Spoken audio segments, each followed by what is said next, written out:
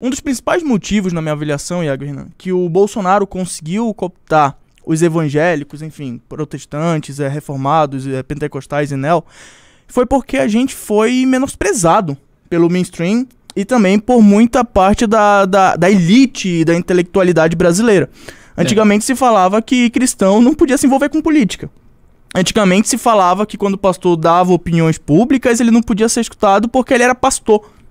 Então, quando o Bolsonaro chega querendo abraçar, dar espaço, muitos pastores e muitos cristãos, aí sobre aquela nossa conversa, sem precisar do pastor como atravessador, acabaram acreditando no Bolsonaro como um reflexo como uma necessidade de ter espaço na política e no debate público. Era uma coisa que eu ia perguntar pra vocês dois.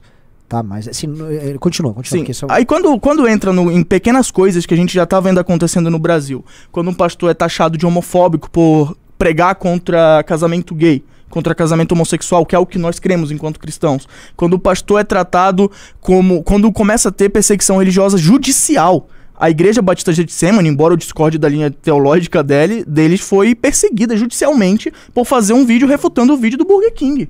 Então, quando a gente vê isso acontecendo, o cristão fala, poxa, o outro lado tá perseguindo igrejas. O outro lado se cala para quando acontece esse tipo de perseguição. O único que ainda me defende é o Bolsonaro.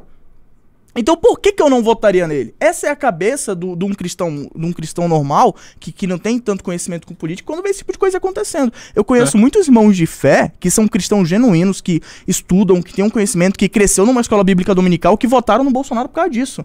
Eu sei que o Bolsonaro não é bom, eu sei que o Bolsonaro representa muita coisa ruim, mas nesse aspecto eu quero continuar podendo pregar dentro da minha igreja. Então, quando a gente vê nos Estados Unidos a cultura woke ganhando tanto espaço, tanta força, empresas financiando, banco financiando, para que ataquem os nossos valores, essas pessoas eu não quero que isso chegue no Brasil. Já tá chegando, mas eu não quero que chegue com tanta força. Então é melhor um maluco que faz uma rachadinha do que o cara que vai financiar pessoas que vai fazer. Essa é a mentalidade das pessoas que acabam votando no Bolsonaro, dos cristãos assim que não estão fazendo isso para ganhar dinheiro, ou para ter um cargo no governo, ou enfim, para ganhar fama. Então, porque o Bolsonaro não ganhou só com essas pessoas. Enquanto a gente não entender, veja só, enquanto a gente não entender qual é a razão lógica por trás de um apoio tão massivo por parte dos evangélicos ao Bolsonaro, enquanto a gente olhar para esse pessoal e continuar achando que é um povo doido, um povo lelé, um bando de fascista, tudo fascista, cristofascismo e tal, cara, existem medos genuínos. Eu falei isso em entrevista, acho que foi para a Folha de São Paulo, explicando esse processo, e o pessoal fica meio assim, como assim medos genuínos e tal? Você tá dando razão pro bolsonarismo? E veja, enquanto a gente não entender que por muito tempo a gente como igreja ficou desrepresentado dentro dos grandes debates políticos, e que surgiu um cara que conseguiu pegar esse vácuo de necessidade representativa, que foi o Bolsonaro, a gente não vai conseguir dar a resposta para esse tipo de coisa. E veja, até mesmo nas esquerdas, cara, é tão difícil assim entender que a gente tem medo de perder liberdade de expressão. Claro, é tão louco acreditar que a gente tem medo porque estão perseguindo, tacando fogo em igreja em países do lado. Em países do lado, estão tacando fogo em igreja, estão expulsando pastores, e o presidente eleito agora é amigo desse pessoal e trata como se fosse tudo bem. E não só isso, eles não respeitam. Se você é cristão, se você é pastor, você não pode dar opinião. Então quando chega uma pessoa e fala, eu quero te ouvir porque você é pastor e porque você tem alguns valores que eu quero representar. O cristão normal olha pra isso com o olho brilhando. A gente via, eu acho que você também é do Nordeste, eu era do Norte, eu via o quanto pastores eram tratados como a pior escória da sociedade. Vocês não podem dar opinião porque vocês acreditam num livro de 2000 anos atrás. Como se a gente não tivesse feito construções importantes para a sociedade. Deixa eu fazer uma pergunta. Ô Iago, você tem quantos anos? Tenho 30. Nossa, você é bem mais novo do que eu. Eu sou bem mais velho que vocês aqui. Que eu vou falar dos anos 90, né? Uma coisa que o Adler tinha levantado aqui, que eu acho interessante é, nos anos 90, a visão acerca dos evangélicos no mainstream midiático era muito, mas muito caricata. E era preconceituosa. Sim. A família do meu avô, e eu frequentava com ele de fim de semana, que eu passava os fins de semana no sítio, era da congregação cristã. E, assim, era uma parada, assim, de zoarem na rua. E a Globo sempre fez representações caricatas das novelas no período que a TV mandava muito. A TV mandou muito, e eu acho que boa parte disso teve o fato da Record ter nascido, ela começou a atuar diretamente para esse universo, e teve a construção das redes sociais com a entrada das pessoas para valer nas redes sociais a partir de 2010, você começa a ter o efeito bolha, e você tem dentro do efeito bolha, que é uma área que eu gosto de ler, assim, de rede social, você começa a criar as subculturas. Sim. E o universo evangélico começou a se representar, ter seus próprios influenciadores, ter seus próprios canais, ter seus próprios vídeos, ter sua própria linguagem de comunicação. E dentro desse universo, que é absolutamente gigantesco, eles não precisam depender mais de ninguém. Exatamente. Não precisou mais ninguém informar quem eles eram. E eu acho que essa foi uma novidade que ninguém compreendeu direito. Porque antigamente você precisava da Globo te chamar pra dar opinião. Hoje não. Sim. O Iago tem um dos maiores canais de teologia do mundo e só criou. E hoje ele tem espaço pra falar sobre isso. Agora, então, diga uma coisa. No momento que a gente acaba com o atravessador, já te dou a palavra, Iago, a gente começa a ter mais liberdade e eles se sentem incomodados. Porque quem é chamado na Globo? É o pastor que é de esquerda. Sim. É o pastor que concorda com o tipo de agenda progressista que eles concordam. No Bial. Sim. O Bial. Exato. Chamaram o pastor Kleber lá e o Leonardo Gonçalves. Agora eu digo o seguinte, muito do processo de radicalização que aconteceu hoje veio disso. Veja, ser protestante, ser evangélico, você nunca foi perseguido institucionalmente no Brasil. Mas mesmo sendo muito jovem, eu me converti aos 14, eu me converti nos anos 2000.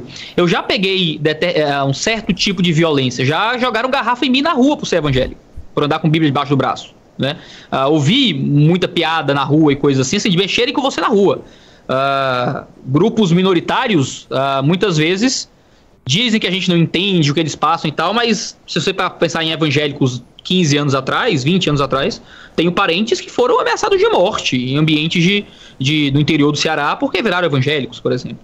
Ser protestante no Brasil era ser perseguido, né? A gente inventou basicamente o casamento civil para poder ter direitos civis, né? Sim. Até isso no Brasil, da gente ter prédios que geralmente não tem muitas imagens religiosas, a gente não tem cruzes nos nossos prédios, coisas assim, vem dessa história no Brasil que era proibido ambientes protestantes de terem prédios, né, caracterizados. Então pensa, a gente viveu um processo de isolamento muito grande. Grandes agências de mídia nos tratavam como um bando de idiota, todo pastor é ladrão e coisa assim. Você pega os ambientes de jornalismo, reportagens sobre evangélicos, sempre eram caricatas e ignorantes. Então a gente tem um ambiente muito amplo em que a gente fica jogado de lado. Então, quando surge qualquer agência, qualquer ambiente que nos trate com o mínimo de respeito, existe uma demanda reprimida e quase um síndrome de vira-lata que vai dar um apoio quase que irrestrito a esse movimento. Por que o pessoal do Brasil Paralelo tem tanta entrada em ambientes religiosos? Porque qual era o outro ambiente de mídia que demonstrava algum valor religioso, que demonstrava a importância dos nossos autores, por exemplo? Por que uma Jovem Pan da vida tem tanta audiência religiosa? Porque qual era a agência de notícia de direita, digamos assim, ou mais conservadora, que representava algum ideal diferente do nosso? Veja, a gente, pelo menos uma coisa o bolsonarismo trouxe de bom, se eu puder usar isso, é que a gente começou a ter pelo menos uma briga entre ideologias. A gente tinha um ambiente extremamente monolítico e as ideologias de esquerda quase que dominaram o tempo inteiro. A gente passou até agora uma briga, né, da galera mais de esquerda doida, agora a galera de direita doida, mas pelo menos tem dois pra brigar, entendeu? E agora pelo menos um contrapõe o outro, coloca informação aqui, informação acolá, mas ainda assim, todo esse ambiente de radicalização da direita e de mídias profundamente de direitas vieram por causa disso. Vieram porque não tinha um ambiente onde a gente pudesse ser respeitado e encontrado. Então, quando alguém encontra um vídeo de alguém dizendo que pastores não deveriam ter espaço público para falar, ou que crentes deveriam guardar a sua fé para os seus ambientes privados, e essa fábrica de fake news também começa a dizer, olha, o Jean Willis disse que vai proibir a Bíblia no Brasil, né? E esse monte de conversa que vem, cara, esse tipo de coisa entra muito fácil, porque às vezes a gente não sabe mais o que é mentira e o que é verdade, né, nesse mundo de fake news. E muitas coisas que dizem poderiam muito bem ser verdade, porque a gente escuta de tudo, de verdade, né, contra o ambiente religioso. Eu acho que a gente precisa de novas frentes democráticas, onde a gente tenha vias políticas de pessoas que conseguem entender quais são os anseios da igreja e consigam responder a esses anseios com respeito. Porque o que a gente tem é uma galera anti-igreja, é uma galera completamente alheia ao que a igreja, aos medos da igreja, e uma galera completamente maluca, biruleibe das ideias, que vai capitanear a igreja como instrumento de voto, corrompendo tudo aquilo que a gente acredita, num tipo de radicalização de extrema direita, que vai cada vez mais radicalizar evangélicos e protestantes de forma geral. Então, o que a gente precisa no Brasil, isso é uma coisa que faz parte do meu processo educacional, do meu processo de construir algo de pensamento político através do que eu faço também na internet, é de tentar mostrar que a gente não precisa se vender a um dos males, né? Entre dois males, escolha o menos pior, vote no menos pior. E eu entendo quem vota no menos pior, porque o voto é um ou outro, você tem que escolher no voto. Mas a gente tem 4 anos até a próxima eleição presidencial. A gente vai ter um outro STF daqui a 50 anos, a gente vai ter presidentes daqui a 50 anos. O que é que a gente, como igreja, está se esforçando por formar e qual o tipo de papel que a gente se deixa ter dentro desses ambientes? É por isso que eu me sinto sempre muito feliz quando vocês me chamam aqui para falar no MBL.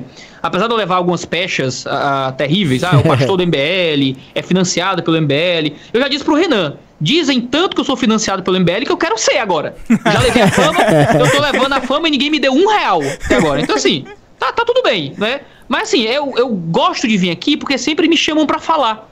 Ninguém me coopta pra nada. Ninguém tenta me pedir meu voto pra nada. Ninguém pede meu apoio pra projeto nenhum. Diz, cara, vem cá e fala pra gente sobre essas coisas. Ia ser muito bom. Se a CUT me chamasse, eu iria. Do mesmo jeito, entendeu? Se o PT me chamasse, eu iria do mesmo jeito. Se os bolsonaristas me chamassem, eu iria também. Mas veja, geralmente quando eu sou chamado por outros grupos é pra ouvir os projetos, os planos e tudo mais, sabe? Existe muito pouco interesse em deixar que evangélicos participem da construção. Eu acho que é isso que a gente não pode abrir mão nesse processo todo. A gente tem que participar da construção de um pensamento para não deixar eles responderem por nós, para não deixar que surjam representações que fingem ser nossa representação e na verdade não são. Não é? Porque a gente, como evangélicos, tem um jeito diferente de fazer política e de pensar política, até porque nós, debaixo da nossa fé, não somos desse mundo, né? Nós somos de um outro reino, de uma outra pátria, e a gente participa desse mundo para o bem da cidade, para a construção de uma coisa que seja justa e bela para todo mundo.